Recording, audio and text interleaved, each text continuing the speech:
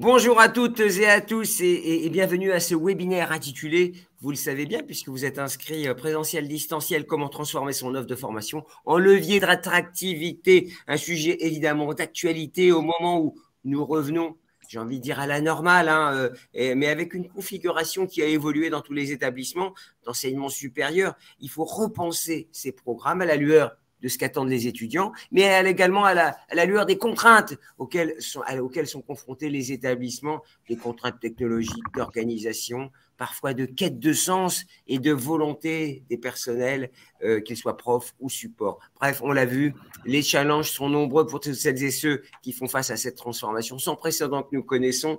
On a pas mal d'invités aujourd'hui et vous allez les découvrir immédiatement. Marc Ponsin, le directeur de la formation professionnelle Paris-Est, Créteil, à l'UPEC, hein, c'est pas ça. Alors, c'est bien ça, Marc. Alors, Marc, vous avez un parcours, vous êtes auteur d'ouvrages, vous avez beaucoup réfléchi à toutes ces problématiques de formation à distance, de e-learning, de formation continue, et on compte sur votre regard, évidemment, pour nous apporter un éclairage. Merci et bonjour à tout le monde.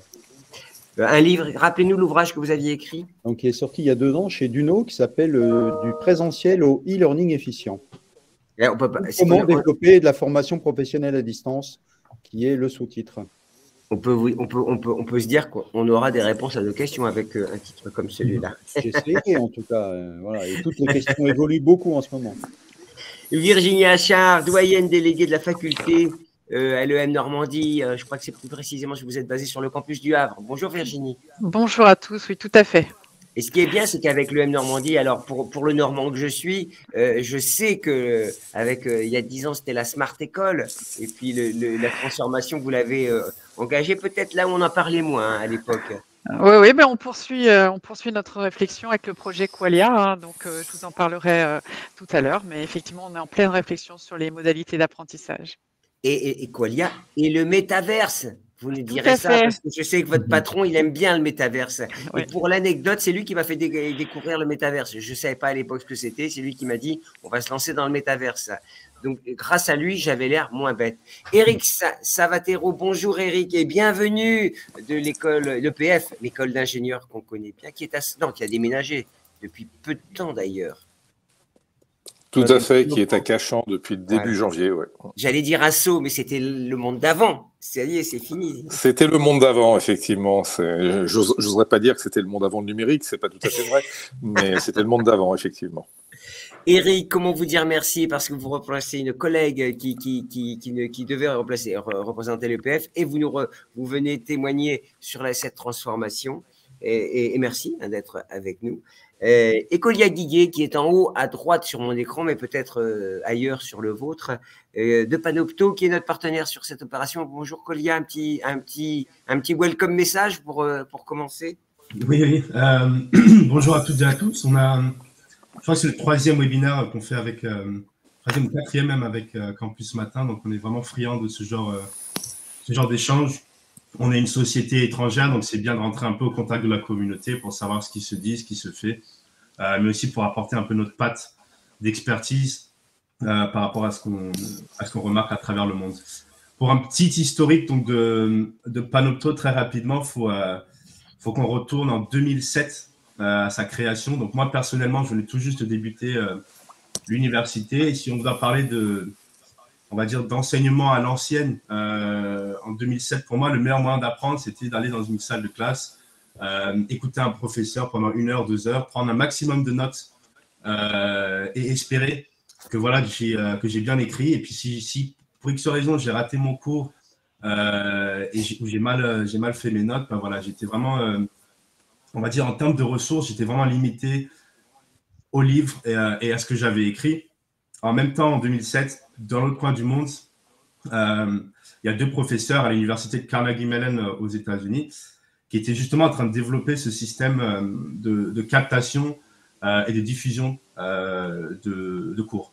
Donc voilà, Panopto est vraiment la base de ça. Donc pouvoir faire de la captation des cours, pouvoir enregistrer de la vidéo les stocker et les partager de manière très efficace avec les enseignants. Mais Colia, ça vous a pas trop mal réussi de prendre des cours à l'ancienne, hein, regardez. Vous êtes à Londres et ça marche bien pour vous. Donc, on voit bien qu'il y a un équilibre à trouver. Hein, vous l'avez tous compris. Alors, on va commencer par Marc. Est-ce que vous êtes d'accord, Marc, que je vous pose la première question? Parce que, non pas que vos confrères n'aient pas réfléchi à toutes ces problématiques, mais en préparant cette conférence, vous me posiez la question, vous me renversiez la question, mais il faudrait d'abord se poser la question du présentiel et la question du e-learning, avant même d'imaginer quoi que ce soit. Se poser la vraie question. Pourquoi on fait ça? Alors oui, je ne voudrais pas avoir l'air de prendre la parole plus qu'il ne faut. J'imagine bien que tout le monde… C'est moi qui vous la donne. Et surtout, effectivement, aujourd'hui, après la crise sanitaire, effectivement, on voit bien que tout le monde, à un moment donné, a été obligé de faire du distanciel. Et pourquoi, effectivement, repartir du présentiel? Parce qu'aujourd'hui, on voit bien que, d'une part… il y a ce que les gens ont vécu pendant cette crise. Il y a beaucoup de gens qui ont vécu aussi du mauvais distanciel ou qui ont vécu du présentiel à distance ou de la continuité pédagogique qui était plus un envoi de ressources et où on se débrouillait tout seul. Il y avait déjà un effet très solitaire de la formation à distance. Mais aujourd'hui, on voit bien qu'il y a encore beaucoup de travail à faire et que la première révolution, en fait, aujourd'hui qui reste à faire, elle est surtout pédagogique. Et donc, j'en prends au présentiel. Et à partir du moment où, effectivement, il faut travailler avec les formateurs pour les aider et les accompagner à transformer leurs cours qu'ils ont la plupart du temps en présentiel et les amener vers le distanciel, il faut bien partir, effectivement, de ce que sont leurs fondamentaux. Et comme il faut repartir d'éléments pédagogiques, il faut repartir de la pédagogie du présentiel et petit à petit les amener à transformer en distanciel, mais partir de ce que sont leurs bases et de ce qu'ils connaissent le mieux, plutôt que de leur dire donnez-moi votre cours et je vais le scénariser et je vais le transformer. Il faut vraiment faire avec eux, ça me semble important. D'où l'importance du présentiel au départ. Et pour vous qui représentez une grande université, vous étiez où avant, hein? Rappelez-nous, parce que vous étiez dans un autre… Alors, en fait, j'ai fait des allers-retours entre le public et le privé. J'ai été à Strasbourg à l'université où effectivement, il se trouve que pendant 10 ans, donc entre 2010 et 2019, j'ai développé effectivement toute la chaîne du distanciel et on a été un des premiers services de formation continue universitaire en France à maîtriser en fait toute la chaîne de valeur, c'est-à-dire avoir une plateforme que l'on proposait en marque blanche à des entreprises, mais en même temps, on avait du contenu scientifique, donc on fabriquait du contenu scientifique, on avait notre propre studio d'enregistrement pour produire des ressources, et effectivement, après, on distribuait. Donc, c'est important, à mon avis, je pense, et de plus en plus aujourd'hui, de bien maîtriser toute cette chaîne de valeur, parce que les éléments économiques sont aussi de plus en plus importants. Et je pense qu'un de mes leitmotivs qui me semble toujours aussi important, c'est de dire que quand on construit une formation professionnelle à distance, en fait, il y a en permanence 4 dimensions qui viennent s'interpeller. C'est la dimension technologique, pédagogique, mais aussi juridique et économique, puisque la formation professionnelle, en tout cas si on parle, et par rapport à mon poste, effectivement, je me situe beaucoup plus dans la formation professionnelle à distance, mais après les éléments technologiques et pédagogiques sont des points communs avec la formation initiale. Et la formation initiale, avec la transformation de l'apprentissage aujourd'hui, s'entremêle encore de plus en plus. Donc, c'est important de bien maîtriser ces 4 aspects parce que ça interpelle en permanence la construction pédagogique d'une formation. Mais vous l'avez dit, hein, si on ne réfléchit pas en amont, on trouvera des solutions, des expédients, mais certainement pas des solutions structurantes pour la pédagogie. Et il faut déjà effectivement réfléchir quel type de public je vais viser, quel marché, quel type de public. Mais les apprenants, surtout l'apprenant, reste quand même au cœur du dispositif. Et je crois qu'on y reviendra tout à l'heure. C'est un peu tout ça conditionne aujourd'hui. En même temps, les modèles hybrides ont de plus en plus le vent en poupe. Donc, justement, vous abordez un mot qui va résonner aux oreilles de Virginie. Vous avez entendu, hein, Virginie? Oui, les modèles hybrides. Et quand on prépare ensemble, vous me disiez, moi, le mot-clé, c'est l'hybridation. Pour aller vers un mix idéal, voire une personnalisation des cursus. C'est ça aussi votre ambition. Vous posez la question dans cette direction. Alors complètement, hein, je rejoins Marc, effectivement, on part du présentiel, on a également à l'EM Normandie une grosse expérience du distanciel avec notre programme Grande École tout à distance. Et donc, on réfléchit effectivement à l'hybridation des modèles, en particulier aussi en fonction des cibles étudiantes. Alors, contrairement à Marc, on est plus sur la formation initiale, mais effectivement, c'est quelle hybridation présentielle distancielle pour des apprenants qui arrivent post-bac et qui ont un besoin de socialisation, de découverte de la vie étudiante. À contrario, quelle hybridation pour des étudiants de Master 2 qui sont en sortie de cursus et qui sont tournés vers le monde professionnel et qui ont d'autres attentes. Donc, c'est tout ça, en fait. C'est vraiment d'arriver à trouver un modèle d'hybridation qui convienne à chaque cible étudiante en fonction de ses attentes, en fonction des compétences qu'il veut développer. Et donc, c'est une vraie réflexion, donc effectivement avec le corps professoral qui est au cœur des apprentissages et de l'enseignement et de la relation avec l'étudiant, avec bien sûr nos collègues des technologies éducatives, puisque tout ça c'est effectivement basé sur des technologies, alors voilà, de l'enseignement à distance jusqu'au métaverse, et donc voilà, on est en pleine réflexion sur nos modèles d'apprentissage du bachelor ou du U1 jusqu'au master spécialisé. Hybridation, si on devait donner une définition, parce que c'est vrai qu'il y a eu agilité, c'était pour faire face à des situations de manière rapide, on va dire. L'hybridation, c'est vraiment l'équilibre entre présentiel et distanciel, c'est ça? C'est plus ou c'est… Oui, c'est un équilibre à trouver entre ces deux modalités au sein d'un cours, au sein d'un programme, parce que effectivement les attentes peuvent être différentes en fonction du moment dans le cursus, de la cible. Donc il faut réfléchir à une granularité, à une différente densité ou un équilibre différent entre présentiel distanciel en fonction des attentes et des objectifs qu'on se fixe aussi. Donc, c'est une vraie, vous le disiez au départ, c'est une vraie révolution pédagogique. Ouais, c'est vrai, et ça remet le prof au cœur du dispositif. D'ailleurs, on le précise, quand on dit, c'est pas simplement de mettre de l'IA ou un ordinateur à la place du prof, c'est remettre le prof à travers un nouveau support. Je crois que c'est important de le repréciser. Oui, et c'est s'appuyer aussi sur son savoir-faire, c'est-à-dire que chaque enseignant a une manière de procéder, à sa spécificité, et il faut aussi le garder et l'intégrer, comme disait Marc, dans l'enseignement à distance, parce que ce que recherche aussi l'apprenant, c'est la diversité des approches. C'est ce qui va faire son intérêt, son engagement dans son cursus, dans son école. Donc, il faut garder cette pluralité d'approche, et c'est tout ce qui fait la richesse de la discussion, tout ce qui va faire que on va avoir non seulement une hybridation des modes d'apprentissage, mais aussi l'intégration des particularités des spécificités de l'expertise de chaque enseignant. Donc, vous voyez, ça va donner quelque chose d'assez riche, et il y a une vraie réflexion là-dessus. Eric, même question. Alors, quand on préparait la conférence avec votre collègue, elle me disait, nous, on revient au présentiel. Mais quand elle disait ça, elle ne voulait pas dire que l'EPF était complètement largué sur le plan des digitales. C'était simplement cette volonté quand même de ne jamais oublier que sur les étudiants, en tout cas, pour la formation continue, on l'a vu avec Marc, c'est un peu différent parce qu'il y a des contraintes d'organisation, de planning, de distance qui font que chez les ingénieurs, on y tient, quitte à faire du distanciel en présentiel. Donc, on voit bien que toutes les frontières se brouillent un peu. Oui, tout à fait. Moi, je crois qu'il y a deux notions qu'il ne faut pas confondre quand on parle d'hybridation.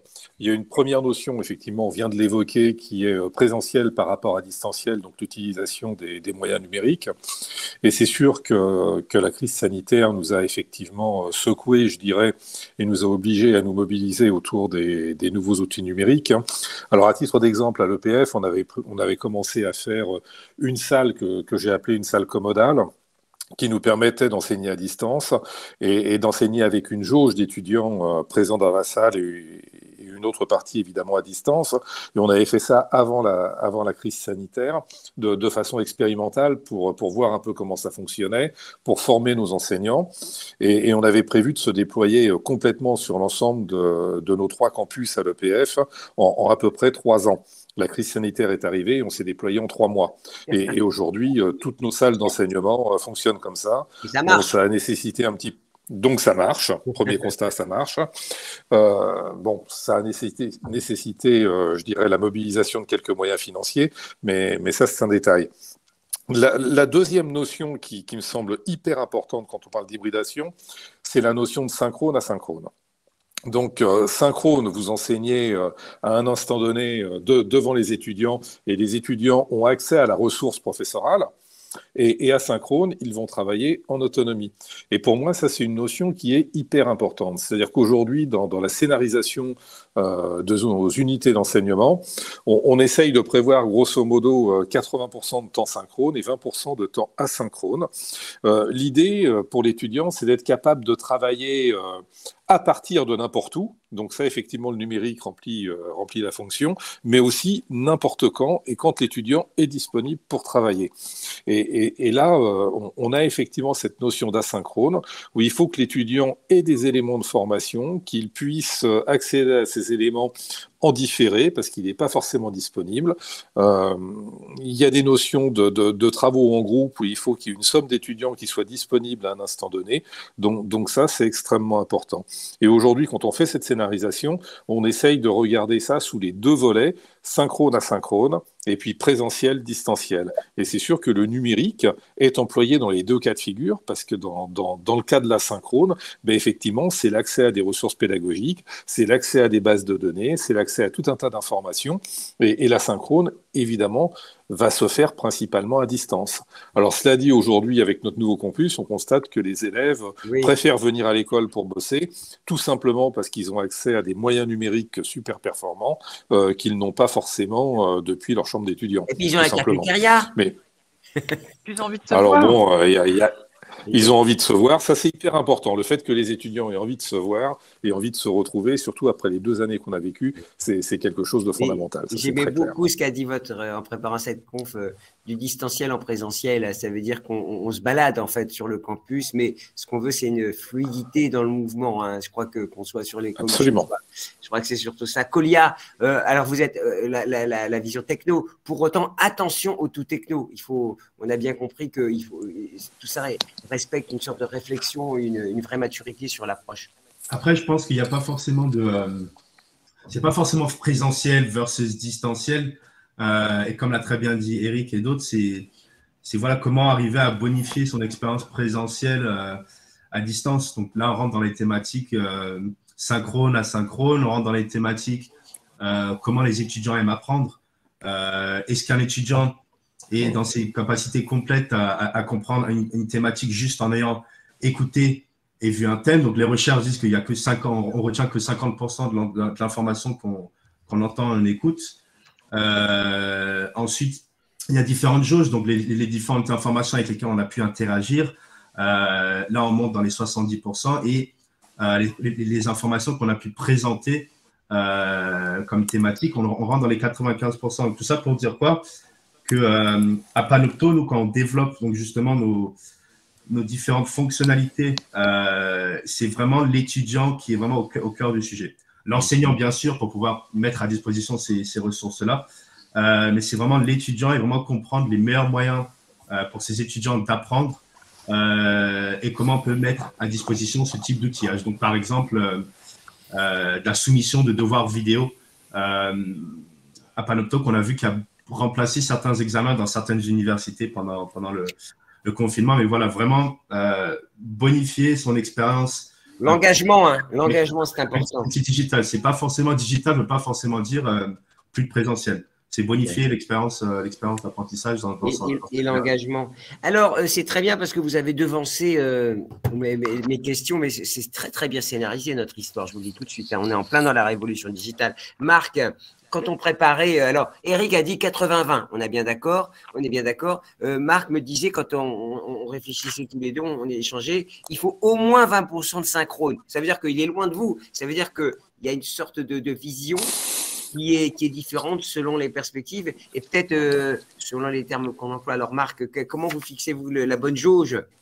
Non, en fait, on n'est pas du tout en opposition avec Eric. C'est parce qu'effectivement, aujourd'hui, on voit par rapport à ce que présente Virginie et Eric, et ce n'est pas du tout un jugement de ma part, c'est juste, voilà, il s'adresse surtout à du public en formation initiale, si j'ai bien compris, et ils souhaitent apporter effectivement une certaine souplesse et une valeur ajoutée dans leur formation présentielle. Donc, ils vont digitaliser, enfin, ou en tout cas, mettre en distanciel une partie de leur formation présentielle. Moi, quand j'en parlais l'autre jour, et après sur la partie dont parlait Eric, sur la partie en distanciel, je pense que là, effectivement, d'accord, tout va dépendre de la zone de chalandise, ou en tout cas du rayon géographique auquel on veut s'intéresser, de la matière qu'on va enseigner, du public auquel on veut s'adresser. Et si effectivement, aujourd'hui, nous, on a un projet qui s'appelle e-université en partenariat public-privé, mais l'objectif, effectivement, est de prendre des formations qui sont très différenciantes et de les mettre, si possible, en complet distanciel pour avoir, par exemple, une formation dans la formation d'administration publique qui va s'adresser, effectivement, à l'ensemble du territoire géographique. Donc, si demain, effectivement, Virginie et Eric se disaient, cette même formation, je veux la mettre en apprentissage complètement à distance, à supposer que ce soit des matières qui puissent se mettre complètement à distance, et m'adresser à un rayon d'action géographique beaucoup plus large, effectivement, ils iraient vers une part de distanciel beaucoup plus importante. Et donc, quand on est dans une formation, pas à l'opposé, mais dans un format hybride qui serait très hybridé du côté distanciel, effectivement, si je prenais un format full distanciel, dans ce cas-là, effectivement, aujourd'hui, on voit bien que ce qui est la bonne dose par rapport à un fait de réhumaniser du distanciel, d'assurer la motivation, d'assurer un tutorat comme il se doit, on va effectivement avoir plutôt 20% de synchrone et 80% d'asynchrone, parce que ça va être tout l'aspect, effectivement, tutorat disciplinaire que vont faire les enseignants. Puis il y a un autre tutorat qui est plus le tutorat pour l'apprenance, pour piloter l'avancée du candidat. Mais si maintenant, effectivement, au départ, je peux me dire, j'ai eu l'occasion de travailler, par exemple, sur la formation d'aide-soignant à distance, ben là, de fait, on se dit, il y a 70% de la formation qui peut se faire à distance, d'accord, et 30% qui restent nécessairement en présentiel parce que il y a des travaux pratiques, il y a de la manipulation, il y a un certain nombre de choses. Et dans mes 70% de distanciel, je retrouve mes 20 et mes 80%, mon équilibre, voilà, de synchrone et d'asynchrone. Donc c'est pour ça que c'est pas antinomique, ça va dépendre du format. Non, mais je dis, ce que vous mettez le doigt sur un sujet, c'est qu'il y a autant de configurations parce qu'on parle d'apprentissage. On parle d'acquisition des connaissances et on voit bien que la méthodologie et l'approche est intéressante. Et si on va un peu plus loin, Virginie, Eric, votre micro fait du bruit. Et Virginie, oui. Vous souhaitiez aussi insister sur un point, c'est le rythme, l'intensité, et tout n'est pas aussi mécanique. C'est pas 80-20, 20-80, c'est selon le niveau, selon alors formation professionnelle, formation initiale, mais pas que. Il y a beaucoup de choses qui rentrent en ligne de compte. Oui, c'est ce que je disais au départ, c'est qu'effectivement, il faut réfléchir en fonction de la maturité de l'apprenant. Hein, on ne considère pas un étudiant post-bac comme un étudiant de Master 2 ou de Master spécialisé, donc l'approche n'est pas la même. Comment dire, Marc parlait de scénarisation, donc effectivement, il y a tout un travail sur comment on déploie les ressources pédagogiques maintenant en distanciel, comment on les augmente quelque part, comment on les digitalise, donc pour les rendre aussi plus attractives, plus attrayantes pour l'engagement de l'étudiant. Donc il y a ces réflexions-là.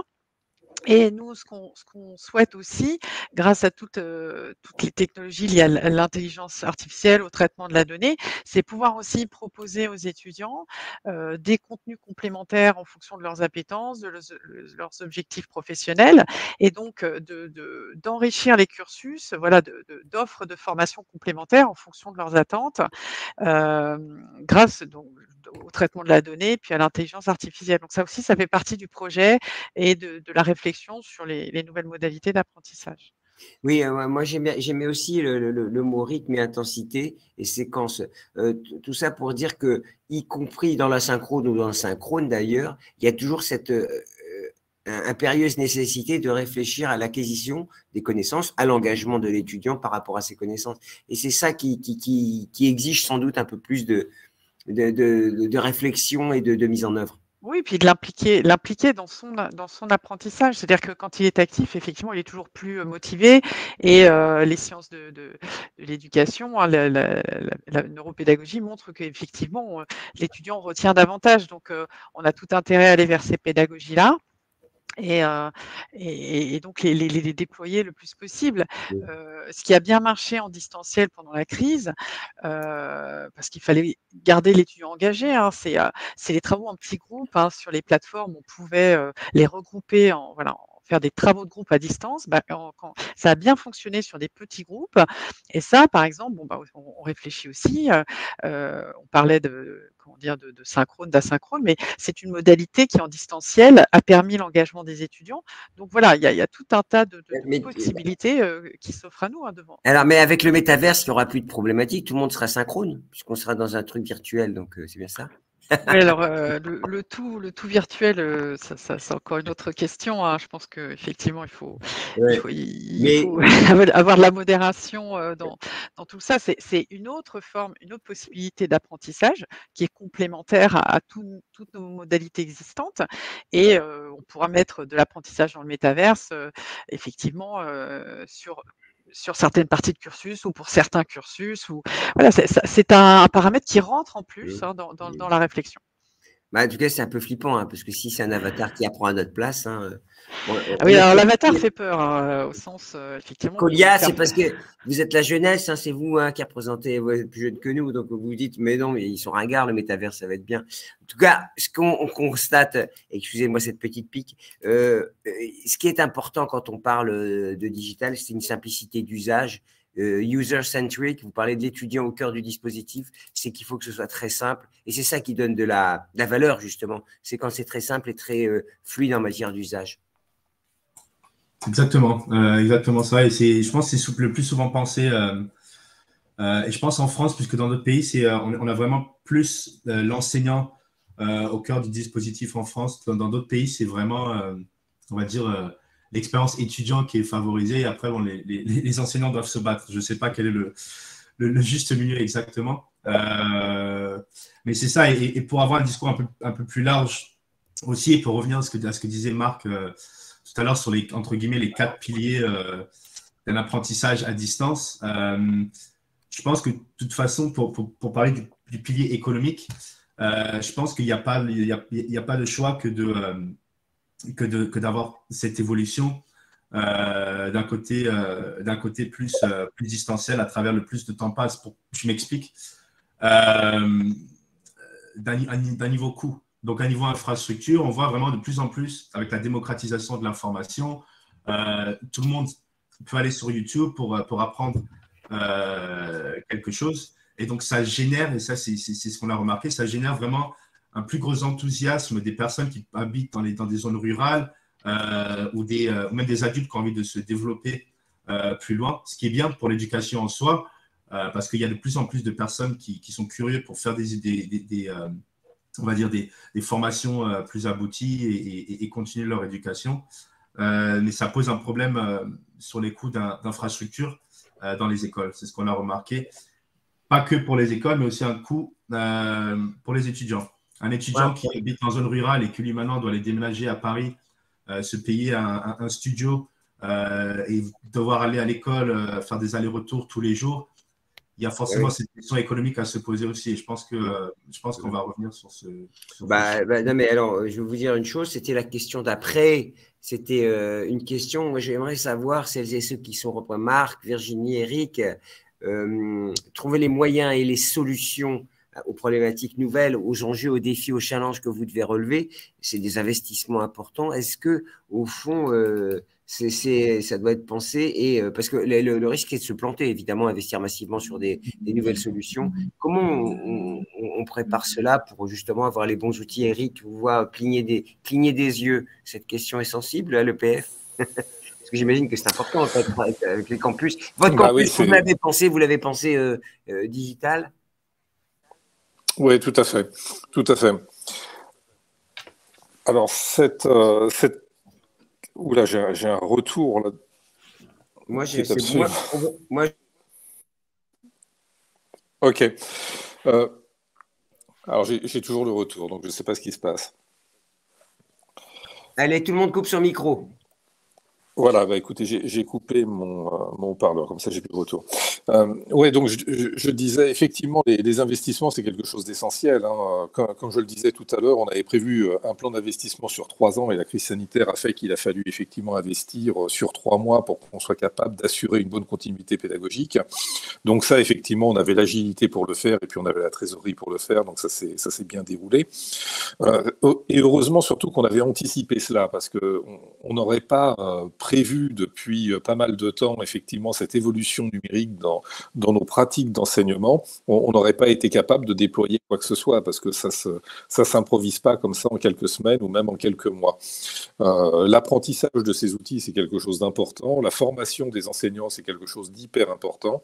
Et donc ça, il a fallu effectivement y passer. À côté de ça, quand on conçoit aujourd'hui un nouveau campus, alors on l'a fait effectivement sur Cachan, qui est un campus tout neuf, totalement numérique, hein, l'école est complètement Wi-Fi, tout est dimensionné pour que chaque élève puisse avoir à un instant donné 2 connexions Wi-Fi, hein, celle de son ordinateur portable, plus son téléphone portable dans sa poche, parce qu'on s'aperçoit qu'en cours, ils utilisent leur ordinateur comme, je dirais, comme cahier numérique pour prendre leurs notes, pour accéder à des ressources, etc. Et puis à côté de ça, ils utilisent le téléphone portable et les messageries pour communiquer entre eux. Et finalement, ce sont aussi des modes de travail nouveaux que les étudiants appréhendent et se sont appropriés aujourd'hui et qui font partie réellement de leur apprentissage. Donc tout ça, effectivement, ça nécessite une infrastructure technique qu'on a pensée dès qu'on a conçu effectivement ce nouveau bâtiment.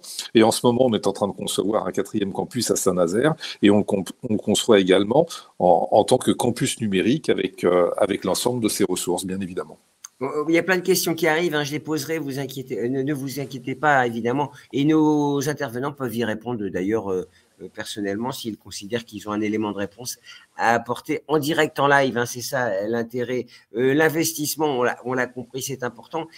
Parce qu'en fait, il y a un débat, hein, et on passera la parole à Marc avant, mais à Virginie, on reprochait au fond aux écoles de faire des économies sur le dos des étudiants. C'est pas vrai.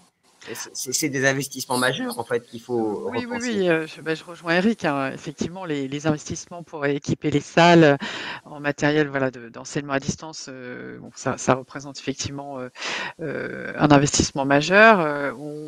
Comment dire, actuellement, l'école donc investit beaucoup dans le traitement de la donnée et l'intelligence artificielle, effectivement, pour enrichir ces cursus et comme je vous le disais, essayer de personnaliser donc les cursus des étudiants. Donc effectivement, ce sont des choix stratégiques, hein, ce qui relèvent de la direction générale et puis des instances de gouvernance de l'école. Donc le M Normandie a choisi cette voie-là et c'est effectivement tout le modèle qui est à repenser. Mais il y a un point qu'on n'a pas abordé aussi, c'est une nouvelle façon d'apprendre, présentiel, distanciel, hybride, mais on repense aussi les espaces d'apprentissage, c'est-à-dire que nos jeunes aujourd'hui, ils sont pas toute la journée derrière un bureau physique, ils travaillent dans des canapés, à semi-allongés, enfin des pratiques qui pour nous n'étaient pas forcément usuelles, mais on les a vus aussi s'adapter différemment aux espaces. Donc dans la réflexion, il y a aussi où on apprend, comment on apprend bien, que ce soit des learning centers, mais aussi repenser la salle de cours comme un espace d'apprentissage différent. Donc, c'est vraiment l'écosystème global qui est à repenser. Mais d'ailleurs, comment, Virginie, vous me disiez, nous, Oui. on est en mode projet en permanence. C'est-à-dire qu'il faut que chaque direction travaille main dans la main. Si chacun, la DSI, tombe avec son projet top-down, ça ne marche pas. Alors, non, nous, on a lancé le projet Qualia et non pas Colia, donc pour parler à notre ami. Donc, Qualia, c'est le projet de l'école de l'EM Normandie sur justement repenser ces modalités d'apprentissage. Donc, on travaille avec la direction digitale, donc tout ce qui est équipement et traitement de la donnée, tout ce qui est technologie de l'apprentissage, la faculté puisque ce sont les enseignants, les programmes. Donc, on travaille tous ensemble, la marque aussi puisque voilà, il faut changer l'écosystème, mais donc changer aussi la culture de l'apprentissage. Donc, c'est vraiment toute l'école qui est en pleine réflexion et on peut pas, voilà, on peut pas se déconnecter les uns des autres, hein. Tout ça, c'est un système global, donc il faut travailler tous ensemble sur voilà, repenser notre façon d'enseigner. Je vous dis, aujourd'hui, nous, on a 6000 étudiants, donc ça fait 6000 façons différentes de voir les choses si on se met du point de vue de l'étudiant, hein. Ouais. Marc, 6000, ça vous fait rêver parce que vous en avez combien? 10 fois plus, non? Combien il y en a à l'UPEC? Non, bah, à l'UPEC, oui, on approche les 40 000 étudiants, mais Ouais, c'est ça. ce sont 40 000 étudiants qui sont nécessairement à distance. Oui, mais ça veut dire que faut passer à l'échelle, comme on dit, hein, dans une université. Et c'est au fond ça qui me questionne à chaque fois. On a des gens très agiles, enfin des établissements très agiles, parce que petits, entre 6 et 10 000 étudiants dans les grandes écoles, et on voit bien que quand on passe à l'échelle avec 10, 20, 30, 40, 50, 60, 70 000, 80 000, 100 000 étudiants, on n'est plus du tout dans la même configuration. Et ces investissements, ils doivent être pensés, réfléchis. C'est justement ça qui me questionne. Et d'ailleurs, l'investissement aussi bien techno que humain. Vous parlez tutorat notamment. C'est-à-dire que c'est la fonction même qui change chez les enseignants. Oui, alors je vais me décaler un petit peu par rapport à ce qui… Je vais me décaler, non, mais je vais… un petit peu par rapport à ce que viennent de dire Eric et Virginie, puisque en fait, ils sont plus dans une approche, ce qu'on disait tout à l'heure, l'hybridation, elle part du présentiel vers une grosse dose de distanciel. Et je caricature, hein, veuillez m'en excuser, mais le modèle qu'ils décrivent, effectivement, est plus proche du présentiel enrichi. Par contre, si effectivement et volontairement, vous comprendrez que, comme j'ai dit tout à l'heure, je suis dans une optique de développement de formation professionnelle à distance, donc soit pour un public d'apprentissage, enfin d'apprentis, en contrat d'apprentissage. Vous êtes directeur de CFA aussi, hein, c'est ça, j'ai oublié de le préciser. Voilà, à la fois directeur de la formation professionnelle et directeur du CFA, soit effectivement d'un public en reconversion professionnelle, donc des salariés en activité. Donc, des gens qui vont chercher une souplesse extrême. Donc, forcément, on va être vers quelque chose de beaucoup plus souple. Maintenant, si effectivement, aujourd'hui, on prend un master de relations internationales, c'est une discipline qui peut facilement, effectivement, se mettre en full distanciel. Et forcément, je vais chercher à avoir une zone géographique beaucoup plus importante. Donc, d'où tout à l'heure, effectivement, ma question de dire, je vais plutôt être proche d'un full distanciel et puis entre 20-30% de synchrone et puis 70 ou 80% d'asynchrone. Donc, effectivement, ça change le format. Et l'investissement, aujourd'hui, il est aussi beaucoup plus important, notamment dans la construction des ressources. Et aujourd'hui, dans le modèle, dans le projet que nous avons e-université, effectivement, c'est dire aujourd'hui, les universités, les grandes écoles, là où on est le plus attaqué, notamment face à la libéralisation de l'apprentissage, c'est sur des nouveaux entrants qui arrivent effectivement avec des modèles full distanciel et sur des formations qui sont plus des formations dans des domaines plus tertiaires. Donc voilà, donc effectivement, le modèle dont je parle là, c'est celui-là, mais c'est pour donner un autre axe d'éclairage. Et donc, effectivement, à ce moment-là, le changement d'échelle que l'on peut avoir, quand on part du local, c'est de dire, finalement, à un moment donné, on va intégrer un peu ou une grosse partie de distanciel, et puis on va gérer des groupes de 30, 40, 50 apprenants. Si d'un seul coup, je me dis, je veux changer d'échelle et je veux cette formation qui est différenciante, je veux l'apporter à un niveau national ou international, la question après, c'est de se dire comment, en gardant toute la même qualité pédagogique, je peux accompagner 100, 200, 300 apprenants sur la même formation. Et là, effectivement, il y a un back-office, il y a tout un tas d'éléments qui changent et qui demandent des investissements. Donc, on a des investissements sur le back-office, des investissements effectivement sur le tutorat, sur le pilotage de la formation, sur une scénarisation qui doit être une scénarisation très poussée pour pouvoir suivre précisément l'évolution et veiller au décrochage de chaque apprenant. Et puis, je dirais qu'aujourd'hui, au-delà des investissements techniques, technologiques, de fabriquer les ressources, d'avoir une plateforme adaptée avec toutes les fonctionnalités que je veux avoir pour faire de l'asynchrone très varié, du synchrone avec toutes les modalités possibles. Aujourd'hui, le gros nœud, enfin je dirais pas le gros nœud, mais en tout cas le gros passage délicat, c'est le temps des formateurs, c'est l'investissement des formateurs pour les accompagner. J'ai vu que dans les questions, il y avait des questions sur l'accompagnement des formateurs. C'est comment les accompagner et comment leur donner de la disponibilité. Aujourd'hui, ça m'arrive d'accompagner des formateurs en le faisant, enfin, même si ce n'est pas ma fonction première, mais par rapport à mes travaux plus personnels, de continuer à le faire. Quand j'accompagne quelqu'un qui crée son cours pour la première fois, ben effectivement, on va travailler avec lui, il va le créer aussi bien en présentiel qu'en distanciel. Enfin, il va le scénariser et il va faire une seule fois le travail. Par contre, quand on part avec quelqu'un qui a même ne serait-ce que 20 heures, 30 heures de formation, qu'il fait depuis plusieurs années en présentiel et qu'il faut le transformer en distanciel, c'est un travail considérable. C'est-à-dire qu'en gros, on compte qu'en moyenne, il faut passer 2 heures ou 3 heures de temps de travail pour produire 1 heure de formation. Et ça, effectivement, c'est un investissement du formateur, mais un investissement aussi en… bien sûr, le temps humain. Et en ingénieur pédagogique. Du formateur. Voilà, donc ça, c'est vraiment une des questions. C'est presque le plus gros frein, enfin le frein. La conduite du changement. La vitesse qui soumet, qui détermine la vitesse de déploiement d'une nouvelle formation. Le déploiement, Colia, le mot est lâché. Déployer, c'est compliqué, non? Parce qu'on voit bien les bénéfices d'une solution. Quand vous la présentez, on se dit waouh, il y a un effet waouh génial. Mais le déploiement, il est compliqué. En plus, je rajouterai une question pour Marc, Eric et Virginie. En plus, moi, j'ai découvert que les profs, comme vous dites, les étudiants travaillent quand ils veulent, allongés ou pas, chez eux ou pas, ou en mobilité. Mais ils écrivent à leurs profs la nuit et le jour et ils attendent une réponse dans les 2 heures. Alors, quand on écrit à minuit, que le prof il répond pas 2 heures. Donc, ça a en plus bousculé leur amplitude horaire. Alors, ça, on y reviendra tout à l'heure. Colia, le déploiement. Oui, le déploiement. Le déploiement, il vient, quand on parle de déploiement, on parle il y a 2 choses bien concrètes à prendre en compte. C'est la partie purement technique.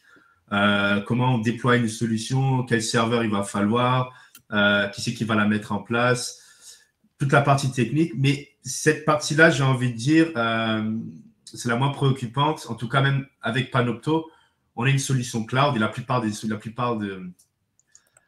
écoles maintenant vont beaucoup plus vers ce type de solution. Hein. C'est dur de supporter une solution techniquement au jour le jour. Mais le plus gros challenge, et c'est le débat d'ailleurs qui a été abordé, c'est la partie adoption, la partie formation humaine. Du jour au lendemain, on dit aux enseignants, voilà, vous avez la possibilité de créer de la vidéo asynchrone, vous avez la possibilité de vous enregistrer. Ces vidéos-là seront disponibles dans Moodle. Donc, en théorie, c'est super, ça rajoute une plus-value extraordinaire aux élèves. Mais la réalité des choses, et c'est quelque chose que je dis toujours, pour nous, chez Panopto, quand on déploie la solution dans un campus, ça met 3 ans environ pour que la solution soit adoptée à 100%. Donc, au début, il y a quand même ces petits groupes d'enseignants qui sont un peu les enseignants… les early makers. C'est ça. Et ça compte pour environ 10% du corps enseignant. Et petit à petit, on essaye de pousser ça. On a à Panopto des initiatives, on a un Customer Success Manager, etc., qui a certaines pratiques pour aider les enseignants justement à adopter la solution, parce que si la solution n'est pas adoptée, on ne renouvelle pas Panopto. Donc, nous, on a tout intérêt à investir sur cette partie d'adoption. Mais c'est vraiment là où le plus gros challenge. Je ne peux pas dire qu'on a toutes les réponses, mais ça dépend vraiment d'école par école. Il y a des écoles qui viennent vers nous, ils ont vraiment un plan spécifique, concret d'adoption. Il y en a d'autres, c'est 2-3 personnes qui ont décidé de mettre en place cette plateforme. Et là, après, ils doivent aller chercher les personnes, etc. Donc, Manuela, je suis désolé pour vous, elle n'entend rien. Alors, nous, on entend très bien. Hein, Manuela qui nous suit et qui trouve absolument intéressant notre webinaire. C'est bien ça. C'est ça aussi le digital, c'est qu'on peut nous dire en live. On n'a pas besoin d'attendre les audiences du lendemain. C'est intéressant. 10% des profs sont moteurs pour les 90% qui restent. Eric, Virginie, Marc. C'est vrai. Il y a toujours des profs qui sont en avance sur les technologies, qui adorent ça, qui sont un peu geeks, etc. On en a aussi, notamment dans le département marketing, qui ont une appétence, mais pas que, une appétence pour ces outils digitaux. Mais après, c'est une stratégie d'institution, c'est où est-ce qu'on veut aller. On a à l'EM Normandie, on a déployé Qualia Campus, c'est-à-dire une plateforme de formation de formateurs où on met des tutos en ligne sur tous nos outils, sur des tutos synchrones, des sessions de formation aussi en live. Donc, on a déployé un système de formation pour nos enseignants, avec une certaine agilité, c'est-à-dire qu'ils peuvent y avoir recours quand ils en ont besoin aussi, pour préparer leurs cours, en fonction de leur disponibilité, parce qu'il y a ça aussi. Donc, voilà, on a essayé de s'ajuster et de s'adapter pour avoir une offre et que la montée en compétences des enseignants puisse aussi avoir lieu dans les meilleures conditions possibles. On parle de conduite du changement, il faut effectivement une certaine sérénité, mais il y avait aussi le temps qui précède, donc beaucoup de paramètres à intégrer, mais au-delà de ça, quand on parle de changement de modèle, c'est aussi une vraie réflexion, un vrai accompagnement dans la montée en compétences des enseignants. Eric, chez les ingénieurs, de toute façon, ils sont tous hyper pointus en techno, ils ont adopté toutes les solutions à distance. Oui, bien sûr, ils l'ont fait tout de suite, il n'y a pas de doute. Non, effectivement, je partage l'avis de mes collègues, l'accompagnement des enseignants est quelque chose de fondamental, à la fois dans la scénarisation et dans l'organisation, dans la préparation des séquences d'enseignement, mais je dirais même au quotidien, tout simplement dans la perception des outils, dans leur maîtrise.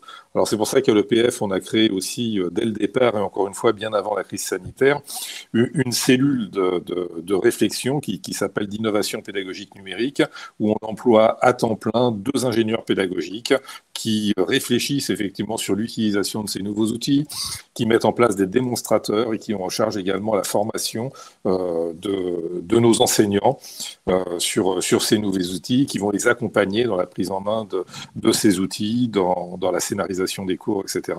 Alors je reviens un instant sur quelque chose effectivement qui a été dit, qui me semble fondamental. C'est clair qu'on a chacun nos spécificités. Donc nous sommes une école d'ingénieurs, donc effectivement la partie connotation pratique, travaux pratiques, le rapport au réel, c'est quelque chose d'important. Donc ça, effectivement, le faire à distance, faire un TP à distance, j'y crois pas, quoi. Parce qu'il y a un moment donné où il faut toucher la matière, et ça, on peut faire des simulations sur ordinateur, mais la vraie matière, c'est autre chose qu'une simulation, quoi. Donc ça, de toute façon, ça nécessite du temps de présentiel. Après ça, effectivement, formation initiale, formation continue. Alors, on est en train de mettre en place aussi à l'EPF des scénarios de formation continue, et on utilise justement nos salles d'enseignement communales pour dire aux personnes qui sont en entreprise, vous pouvez, sans venir à l'école, vous connecter sur un certain nombre de cours qui peuvent vous sembler intéressants compte tenu de vos besoins, effectivement. Et ça, vous pouvez le faire en utilisant le distanciel. Et donc, du coup, ça minimise les coûts et également les coûts pour les salariés en termes de coûts de déplacement.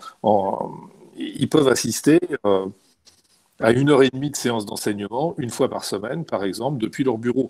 Donc, ça donne une agilité et une souplesse qu'on n'avait pas connue précédemment dans le domaine de la formation continue. Donc, tous ces outils numériques ouvrent effectivement des perspectives et des champs possibles extrêmement nouveaux. En tout cas, je vois que tout le monde y va et tout le monde, j'allais dire, est obligé d'y aller sans frein, en fait. Je pense d'ailleurs, même dans les organisations, ce serait impossible de revenir en arrière. Alors, revenir en arrière, évidemment, mais impossible de contrer cette évolution, me semble-t-il. Marc, à l'université, qui est une grande bâtisse avec des écoles de pensée, alors il y a peut-être des disciplines qui sont peut-être pas faites pour ça, mais en tout cas, là, pour le train est en marche. Je reviens sur mon idée de volume et de système qui fait qu'il est impossible de revenir en arrière, en tout cas dans une université comme la vôtre. Et derrière ma question, ce sera évidemment les data. Alors, vous allez me dire, ça n'a rien à voir. Mais si, parce qu'évidemment, c'est parce qu'on collectera beaucoup de data qu'on réussira à améliorer et les outils et la formation à distance, j'imagine. Mais oui, je vais plutôt insister sur le fait, je suis d'accord, tout à fait d'accord avec ce que Eric vient de soulever. Et quand on développe une formation, quelle qu'elle soit, effectivement, il n'y a pas un modèle idéal. Il y a à apprendre la matière qu'on va enseigner, le public auquel on va s'adresser, la zone géographique à laquelle on va s'adresser. Tout ça va conditionner le modèle avec du présentiel, du distanciel, de la FEST. Aujourd'hui, on n'a pas parlé de l'action de formation en situation de travail pour des personnes dans un cadre de formation continue ou dans de l'apprentissage. Donc, effectivement, à chaque fois, c'est tout ça qui va conditionner le modèle. Sur ce que vous disiez, effectivement, après, on compile tout un tas d'informations, tout un tas de données, tout un tas de ressources, mais toutes ces ressources, effectivement, il faut encore, toujours est-il, les organiser et ne pas imaginer faire sans le formateur, penser à l'apprenant, bien entendu, quand on va scénariser la formation, parce qu'il peut y avoir des formations qui soient plus ou moins guidées ou plus ou moins très fortement tutorés. Et quand on s'adresse à du public, par exemple, en apprentissage, en contrat d'apprentissage, donc public plus jeune, avec une autonomie, enfin une capacité d'auto-formation moins importante qu'un public déjà en situation professionnelle, effectivement, la formation peut être structurée ou scénarisée de manière très différente. Et donc, voilà, tous ces éléments, on peut avoir plein de data. Il y a encore aujourd'hui, quand même, parfois une certaine dominante. Tout à l'heure, Colia parlait du pourcentage. Et je crois qu'aujourd'hui, là-dessus, on n'a pas énormément progressé, quitte à paraître un peu dissonant dans le débat. C'est qu'on a bien pu mesurer pendant la crise sanitaire, parce que là, d'un seul coup, tout le monde a dû se mettre à distance. Et on a bien vu qu'effectivement, ce dont on parle aujourd'hui, avec des éléments plus techniques, effectivement, comment construire du e-learning ou du distanciel, effectivement, efficient, avec toutes les qualités qu'on veut lui donner d'accompagnement. Ça, c'était l'affaire jusque-là. Et comme Eric le disait dans les raisonnements, dans ceux qui avaient ce raisonnement avant la crise, on s'est rendu compte que c'était l'affaire de 10 à 15% d'organismes de formation ou d'enseignants qui étaient un peu à la pointe de cette réflexion. Et aujourd'hui, ce pourcentage, il n'a pas énormément évolué. Et comme il y a beaucoup de gens qui ont vécu du mauvais distanciel, il y en a plein qui aspirent aussi à revenir au présentiel, ce qui est dommage. Mais donc là, il y a beaucoup de convictions à apporter. Bien sûr, aujourd'hui, maintenant, tout le monde sait ce que c'est qu'une classe virtuelle et plus personne ne se pose la question de savoir si on fait une réunion en visio ou si on la fait en présentiel. Voilà, ça, c'est devenu naturel. Et donc, effectivement, ça, ce sont des enchaînements qui vont rattraper effectivement la formation. Et Virginie sait de quoi elle parle avec les campus au Havre, à Caen, en Irlande. Avant, on se déplaçait pour une petite réunion. Maintenant, c'est fini. Non, on ne se déplace plus. Enfin, après, si, il faut se déplacer, mais à bon escient. C'est-à-dire, il faut qu'il y ait des moments de regroupement pour les personnels comme pour les étudiants. Voilà, où il y ait de la valeur ajoutée, de l'échange, de l'émotion. Enfin, des moments qui rassemblent, qui sont fédérateurs. Mais effectivement, il faut. La plupart des réunions sont en distanciel, mais il faut conserver néanmoins des moments de présentiel et maximiser ce temps, cette intensité. Voilà, créer des moments fédérateurs. Alors, Virginie, vous allez répondre à la question à laquelle Marc n'a pas voulu répondre, n'a pas compris ma question, peut-être qu'elle n'était pas claire. C'est que, évidemment, tout cela n'a d'intérêt que si on trace, on suit, on fait du fine-tuning, et c'est les data. Et je sais que chez vous, on a monté un entrepôt à data. C'est ce que me disait votre spécialiste. Oui, on y travaille. Tout ça pour dire qu'évidemment, la valeur, c'est qu'on peut évidemment être beaucoup plus précis au fond quand on pousse le modèle jusqu'au bout. C'est pas que des réunions à distance, c'est aussi ça, être au plus près de l'étudiant. Oui, c'est déjà bien le connaître. Si on le connaît bien, si on connaît ses aspirations, on pourra davantage l'accompagner, lui proposer une formation adaptée à ses besoins. Donc, c'est tout l'enjeu de la data. C'est effectivement toujours quand Colia a parlé de l'étudiant, il est au cœur de nos systèmes. Donc, c'est effectivement pour pouvoir lui proposer des. Mais le suivre, y compris dans son apprentissage, savoir où est-ce qu'il peut y avoir un problème, être en avance de phase et pouvoir devancer des décrochages, des choses comme ça. Le tutorer, l'accompagner, être au plus près de ses besoins quand il en a besoin. Donc, c'est personnaliser son cursus. Donc, la data doit nous aider en ce sens et c'est tout l'objet de la réflexion, des investissements, pour que le modèle effectivement évolue en masse, mais avec une personnalisation pour chacun. Donc, c'est ça l'enjeu. Et la data, Marc, chez vous aussi, c'est un enjeu. Eric vient de rejoindre, j'espère. Oui, en fait, c'est vrai que j'y ai pas répondu directement. En fait, je suis un peu obsédé, non pas par la construction pédagogique, mais en fait, effectivement, pour avoir le bon suivi aujourd'hui d'un apprenti ou d'un apprenant, pardon, quel qu'il soit, c'est très fortement conditionné justement avec les 4 piliers dont je parlais tout à l'heure. Si je parlais tout à l'heure, vous disiez l'assistance pédagogique, technologique, etc., qui est une des conditions juridiques dans de la formation professionnelle. Donc, même le législateur aujourd'hui, il a insisté sur cet aspect-là, que beaucoup ont découvert pendant le confinement. Mais ouais, tout ça est fortement lié à la manière dont on va construire la progression pédagogique. Et aujourd'hui, on est capable de faire des constructions pédagogiques en pouvant tracer, je veux dire, de manière précise l'avancée d'un apprenant et de voir s'il décroche ou s'il décroche pas. Et effectivement, tout à l'heure, dans ce que je reviens en écho à ce que disait Eric, je crois, tout à l'heure, en disant effectivement, aujourd'hui, si on veut faire un e-learning, enfin des temps de distanciel, pour ne pas parler de la proportion, mais des temps de distanciel efficients, il faut absolument mixer du temps individuel, du temps collaboratif et du temps collectif. Donc, le collaboratif et le collectif, on le fait en synchrone, et l'individuel, effectivement, on le fait en asynchrone. Mais c'est toute cette construction, et donc tout ça bien construit dans un scénario pédagogique fin, qui fait qu'effectivement, on va découper en plein de petits objectifs. Et c'est ça, effectivement, qui va nous donner la data pour suivre précisément l'avancée d'un apprenant. Par exemple, des apprentis qui sont en formation de manière traditionnelle, je sais pas, je vais dire le jeudi et le vendredi, il y a un moment donné, on se dit, bah, effectivement, on ne fait pas forcément des journées complètes de distanciel, mais à un moment donné, oui, on peut être amené à faire des journées complètes de distanciel, mais c'est pour ça que là, effectivement, c'est encore plus important de mixer toutes les mises en forme pédagogiques, même sur le synchrone, de faire aussi bien de l'audio court que de la vidéo, que du PDF, avec des évaluations régulières, des petits QCM ou des analyses de cas qu'on va pouvoir faire en collaboratif, et puis, par exemple, l'après-midi, effectivement, travailler sur du synchrone. Donc, c'est tout ça qui va rendre même une journée complète de distanciel passionnante, motivante, et parce que effectivement, c'est l'apprenant et le formateur. Tout à l'heure, Colia disait, finalement, c'est les deux qui sont au cœur de la construction. Donc, et c'est tout ça qui va nous donner les datas dont on a besoin pour suivre un bon suivi, une bonne fin du parcours. Colia, est-ce que cette problématique de la data et de la remontée d'informations, elle est dans le projet Padocto, vous êtes un pur player du digital. Est-ce que justement ça fait partie de l'ADN de la construction du projet? Oui, complètement. Complètement. Et je pense que tout VCMS qui se respecte doit incorporer cet aspect de remonte des données. Donc, tout est bien de vous dire, voilà, vous pouvez créer de la vidéo, vous pouvez enregistrer de la vidéo, les étudiants vont pouvoir regarder la vidéo, mais si on n'arrive pas à comprendre comment les étudiants ont regardé cette vidéo, quel type de cours sont les plus réceptifs à la vidéo, quelle longévité d'une vidéo, est-ce que c'est 30 secondes, 1 minute, 5 minutes? On voit TikTok, on voit Facebook, Instagram qui investissent massivement dans le partage d'informations, de vidéos très courtes. Donc, je crois que c'est 30 secondes sur Instagram maximum.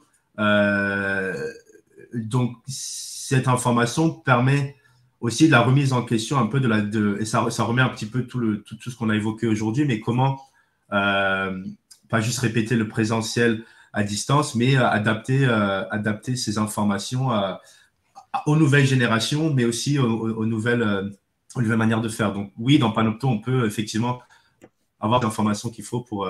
Et pour conclure, parce qu'évidemment, data, IA, c'est-à-dire que est-ce qu'au fond, on va vers un usage, parce que moi, ma conviction aujourd'hui, c'est qu'il y a, on n'a pas encore approfondi, enfin, on n'a pas tous les bénéfices qu'on en attendait, me semble-t-il. Marc, Virginie, alors Eric nous a abandonné, il était aspiré par une autre réunion, et on le remercie beaucoup pour l'EPF. Est-ce que l'IA, c'est quelque chose qui va donner un second souffle ou c'est quelque chose qui existe déjà? Marc, Virginie? Alors, nous, on est en plein développement, donc c'est-à-dire que on veut l'intégrer dans nos cursus. Donc pour l'instant, effectivement, on est en mode développement de projet, mais ça va faire partie en fait du paramètre des cursus et des formations. Donc on y travaille. La technologie, elle est mature selon vous ou pas encore? Alors là, ce serait peut-être plus mon collègue Olivier Lamiro, le directeur des technologies et des innovations digitales, donc qui pourrait vous en parler, parce que étant plus du côté faculté, quand je réfléchis davantage avec le corps professoral sur les scénarisations, les pratiques, mais en tout cas dans le projet, cette dimension, elle est complètement intégrée et elle est incontournable. Après, je dis, toute la réflexion, ça va être de voir à quel moment on l'intègre, comment on l'intègre. Par exemple, on a des réflexions sur, il y a tout un tas de bases de données sur les marchés, le marché de l'emploi, donc les offres d'emploi. Donc, comment coupler effectivement ces offres avec les profils des étudiants pour les mettre en parallèle, en résonance. Donc, vous voyez, il y a plein de cas possibles, et notamment sur l'entrée, pour nous, en formation initiale, hein, sur le marché de l'emploi. IA, oui, mais il faut voir, c'est ce que vous nous dites. Il faut adapter, hein, faut adapter, et encore une fois, contextualiser la cible, la maturité. Là, je vous donne l'exemple puisqu'on a un parcours carrière très développé au sein de l'école. Donc, Ouais. ça veut dire comment on intègre à chaque fois qu'on tutor les apprenants dans leur parcours professionnel, leur parcours carrière vers le marché de l'emploi. Où est-ce qu'on fait entrer l'intelligence artificielle? Comment on fait ça, c'est un premier champ de réflexion pour nous. Ouais. Et Marc, vous avez avancé sur ce champ? Nous, personnellement, on n'a pas avancé. Moi, j'ai eu l'occasion, effectivement, de travailler avec des entreprises qui ont pas mal, avec des CFA d'entreprises, qui ont fait un certain nombre d'expériences. Aujourd'hui, on voit que là où l'IA est la plus avancée, où ça peut avoir un intérêt, c'est de nous faire gagner en temps pédagogique. Alors, je prends un exemple, et c'est souvent là qu'aujourd'hui, il y a quand même les meilleures applications. C'est de dire, on a un programme, on a des objectifs pédagogiques. On dit, voilà, pour passer un contrôle, pour passer une certification, pour passer un examen, voilà quels sont les objectifs pédagogiques. Et on peut déployer, se dire, voilà, l'apprenant moyen, puisque ça, c'est aussi une notion. On se dit, voilà, ça va être 30 heures de cours, et on lui donne un certain nombre de ressources. Mais peut-être qu'il y en a qui partent de beaucoup plus loin, donc il y aurait besoin de 40 ou 50 heures de cours. Et peut-être qu'il y en a qui partent de plus haut, qui aura besoin que de 20 heures de cours. Donc, effectivement, on peut mettre en place ce qu'on fait déjà, en fait, mais qui demande effectivement des déploiements technologiques, d'adaptation, de se dire, à un moment donné, on va proposer un programme de 30 heures pour l'apprenant moyen, on va proposer des programmes de 20 heures, mais on propose encore des programmes un peu structurés. Alors qu'on pourrait très bien mettre effectivement un test à l'entrée, et finalement, l'intelligence artificielle nous permet de construire en fait directement la réponse adaptée. Et il y en a un, il aura peut-être besoin de 25 heures, l'autre de 32.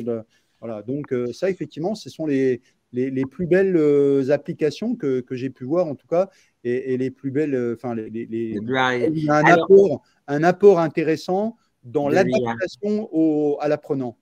Alors, vous avez compris, on a dépassé notre heure. Et le débat, il devait faire 1 heure. Il y a une partie questions. Colia, hein, vous êtes attaché aux questions de celles et ceux qui nous regardent. À part Manuela qui dit « je ne vous entends pas », eh bien, on ne peut pas faire grand-chose. On a tout essayé. En tout cas, moi, je vous entendais très bien. Elle nous disait… Alors, on répond vite, ça vous va? On envoie les salves de questions? Vous êtes d'accord? Allez-y. Manuela, en même temps, on assiste à une technobésité, obésité technologique perturbante pour le former. Comment réguler cette infobésité dont on parle, technobésité, c'est-à-dire qu'il faut filtrer, hein, quand même, c'est compliqué. Marc, Virginie? Alors, vous parlez plutôt de l'information ou de la technologie? Là, non. Technobésité. Il y a beaucoup de solutions, voilà. Oui, et bien effectivement, enfin après, il y a des choix qui s'opèrent. Ce qu'il faut penser, c'est comment dire, la meilleure technologie au meilleur moment. Effectivement, trop de techno, ça tue la techno. On est perdu. Donc effectivement, il faut essayer de rationaliser un peu l'utilisation des outils, choisir les bons outils au bon moment. Donc c'est aussi une vraie question, hein. Marc, votre regard sur cette question aussi? Et je pense que ça rejoint justement aussi la question de l'accompagnement de l'enseignant. Moi, aujourd'hui, quand j'accompagne un enseignant, je ne commence pas du tout par lui parler de technologie. Je lui dis, on va déjà regarder comment est structuré votre cours, comment vous le structurez en présentiel. On va venir à un certain nombre de fondamentaux pédagogiques.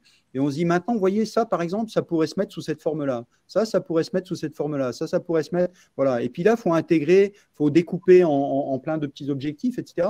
Et au fur et à mesure, je lui dis, ça, si on le met sous cette forme-là, on va devoir utiliser un ordinateur avec un logiciel Intel. Là, il va falloir aller dans le studio d'enregistrement. Là, il va falloir structurer des choses particulières dans la plateforme. Donc, je pense qu'effectivement, pour moi, ça rejoint, parce que je me suis amusé, par exemple, vous savez qu'on a des salons, on a Learning Technology qui se passe à Paris, et d'ailleurs qui va bientôt avoir lieu. Et je me souviens qu'au début, quand j'ai commencé à écrire mon ouvrage, j'ai fait un nuage de mots, c'est-à-dire je me suis promené dans le salon en me disant, si je suis un responsable de formation qui vient, qui n'y connaît rien ou qui essaye de s'aguerrir au e-learning, alors il voit plein de gros mots parce que plein d'anglicismes, plein de nouveaux mots, puisque en plus le e-learning est quand même grandement inondé de marketing, et pourtant, bien que ce soit ma discipline d'origine, j'aime bien, mais là, il y a des moments, ça devient, on se dit, mais comment quelqu'un y comprend quelque chose? Donc, revenons aux fondamentaux, partons des fondamentaux, et petit à petit, distillons les éléments de technologie. Mais ça suppose effectivement qu'il y ait un médiateur. Enfin, pour le coup, ça pose la question du binôme entre le responsable d'une discipline, qui est l'expert de sa discipline, et un ingénieur Ça demande quand même un travail amont. qui vient à côté, qui l'accompagne petit à petit. Une question de génie. Dans le cas d'une formation déployée en présentiel et distante sur des sites éloignés, le contact via le dispositif visio suffit ou faut-il prévoir des déplacements pour assurer le suivi? Ça rejoint le tutorat que vous avez abordé tout à l'heure, Marc et Virginie. Alors, dans nos formations toutes distancielles, on essaye de faire la plupart du temps, on propose des moments de rapprochement, hein, des moments de présentiel, notamment au démarrage, pour que les apprenants se connaissent. Et ça, c'est très important, notamment dans la dynamique de travaux de groupe qui s'ensuit. Quand les apprenants se connaissent, ils travaillent mieux ensemble, c'est plus fluide. Donc, alors, c'est pas toujours possible dans toutes les formations en distanciel, mais dès que c'est possible, on fait des séminaires de regroupement, notamment au début. Marc? En fait, la question est un peu complexe parce qu'elle part déjà d'un modèle particulier. Je pense que quel que soit le taux d'hybridation que l'on prenne, ce qui est important et ce qui rend une formation efficiente aujourd'hui, c'est de dire ce que je disais tout à l'heure, il faut qu'il y ait, à mon sens, aujourd'hui, 3 temps. C'est du temps individuel, du temps collaboratif et du temps collectif. Le temps collectif étant du temps en session plénière, qu'elle soit présentielle ou synchrone, avec le formateur, qui est le temps de régulation. Voilà. Mais ça me semble important, effectivement, pour cette efficience et pour dynamiser la formation, quel que soit après que ce soit du présentiel ou du distanciel, c'est qu'il y ait ces temps de individuel, collaboratif et collectif, parce qu'effectivement, on voit bien que les gens ont besoin de collaborer et d'échanger. Pas sûr. Toujours forcément en présentiel. Le collaboratif, c'est aussi le maître mot du digital, hein, s'il n'y a pas de collaboratif. Absolument. Alors, pardon. Un autre élément. Des MOOC, à un moment donné, qui était un peu le modèle dominant. Alors, un autre élément aussi sur lequel on réfléchit, c'est que pour créer de l'engagement, il faut aussi qu'il y ait de l'émotion. C'est-à-dire que l'apprenant vive quelque chose. Donc, c'est aussi plus facile de vivre quelque chose en présentiel. En distanciel, c'est plus compliqué à créer. Voilà, de ressentir les choses. Donc, je dirais que le présentiel n'est pas mort, hein, loin de là, et il a toute sa force et toute sa légitimité. Mais l'émotion, voilà, comment créer de l'émotion pour engager l'apprenant, ça, c'est une vraie question. Je confirme, Virginie, je suis impatient d'animer une conférence avec vous, en live, avec du public, hein, et Marc, Colia aussi. Hein. J'ai cru que vous parliez que Virginie, en fait. Je parlais à vous également et à Colia, mais à Londres, il est bien, il n'a pas envie de revenir en France. On parle de la digitalisation comme un mode d'accès à la formation. Il faut prendre en considération, la réadaptation. Ça veut dire qu'il faut que les profs se bousculent un peu, hein, pour réadapter, hein, leur approche. C'est ça qui est compliqué.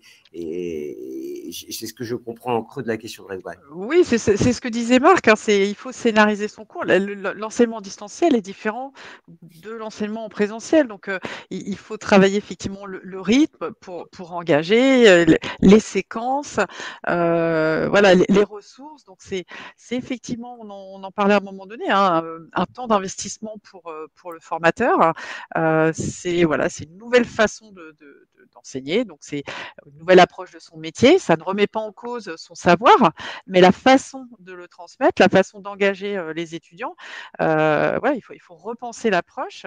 C'est ça aussi qui fait la passion du métier, mais je dirais qu'on se remet en cause dans chaque métier de manière très régulière. Marc, vous bousculez les profs. Parce que Virginie, elle est prof, donc il la respecte, mais quand on n'est pas prof, il regarde, mais qui vous êtes pour oser me dire de changer mon scénario?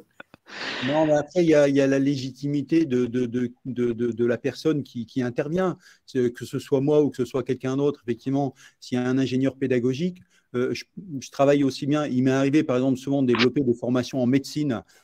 Effectivement, un professeur de médecine vient avec tout son savoir et il me dit, écoutez, oui, je vous écoute, Moi, quand je vais voir le médecin, je l'écoute parce que c'est son métier. Mais lui, à un moment donné, il vient me voir et puis il me dit, je vous écoute, dites-moi comment il faut faire, comment il faut scénariser, comment il faut articuler.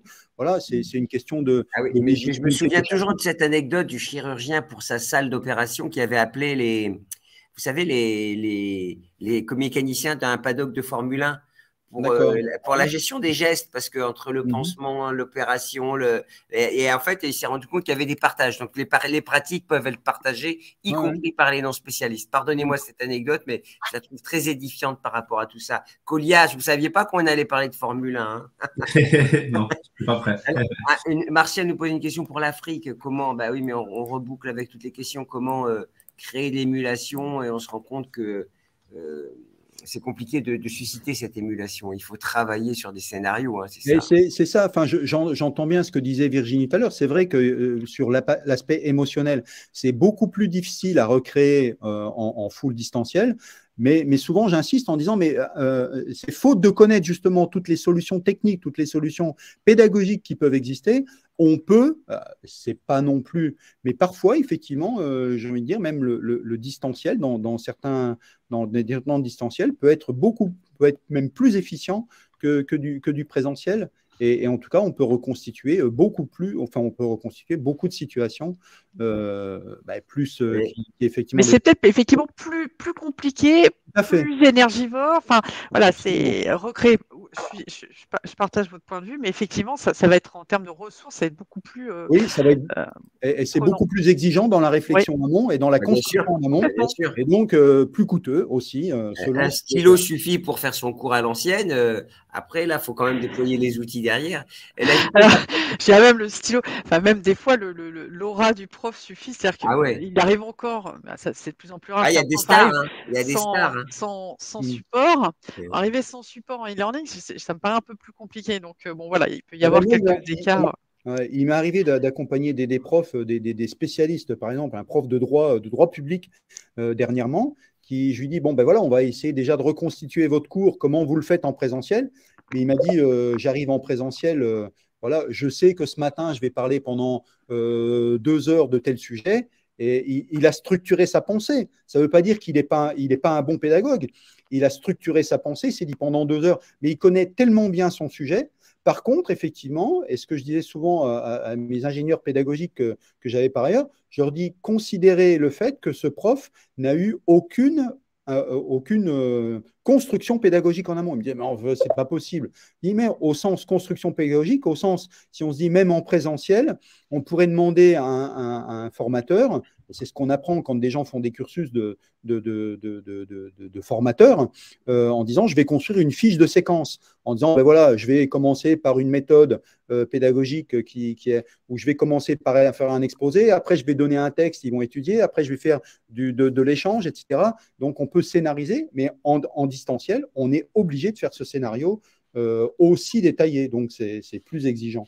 Ouais, et c'est vrai que j'imagine quelle est la difficulté que vous avez, le droit des contrats avec un spécialiste du droit des contrats. Il arrive, il déroule son cours, il n'a pas besoin de feuilles, pas de notes. Et là, c'est ramerie derrière, j'imagine, pour essayer de formaliser un scénario ou ne serait-ce en éléments simples. Et voilà. Bon, enfin bon, on commente, hein, pardonnez-moi, hein, ça me donne envie de commenter ce que vous dites, Marc. La Allez, vitesse, alors, et Virginie l'a abordé tout à l'heure, la vitesse d'apprentissage est à considérer. Chaque étudiant travaille à sa vitesse et c'est le profilage, hein, dont vous parliez.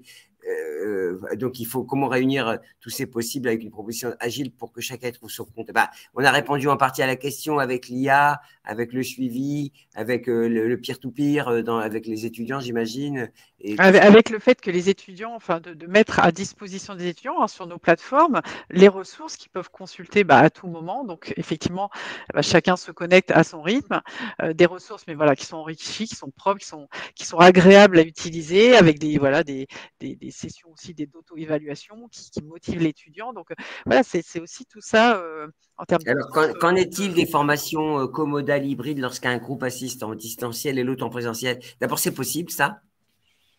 Avoir les deux. Possible. Oui, oui, oui. Bah, dans une salle de cours, vous avez ceux qui sont présents, et puis avec un système Zoom de visioconf, vous avez vos apprenants à distance qui sont là.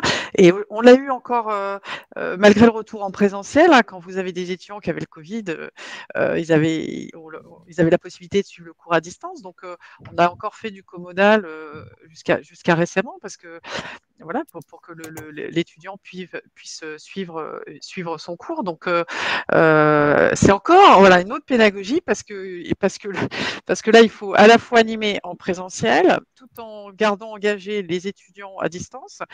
Donc, c'est une autre complexité, une autre approche. Il faut gérer aussi voilà, le rapport à l'espace entre ceux qui sont là. Est-ce que vous mixez dans vos groupes, dans vos travaux de groupe, les présents avec les distants ou pas? Enfin, c'est aussi une autre façon d'aborder la chose qui est complexe aussi, qui demande des réponses spécifiques. Une question aussi, quel est le pourcentage d'enseignants qui proposent de l'hybridation? L'hybridation implique un accompagnement beaucoup plus important des étudiants et des apprenants. N'est-ce pas un frein? C'est Achour qui pose la question. En fait, l'idée, c'est que tous les étudiants, ils ne peuvent pas se plugger, simplement apprendre. Il y a une formation préalable, une sorte de maîtrise à acquérir. Alors oui, je reviens sur ce point-là parce qu'on a parlé de la formation des formateurs, mais tous nos jeunes ne sont pas forcément aguerris à tous les outils qu'on leur propose aussi, hein. Donc il faut aussi qu'ils s'approprient l'utilisation de ces outils, la bonne utilisation de ces outils. On a eu quelques soucis, par exemple, sur les évaluations en ligne, hein. Il faut que voilà, les étudiants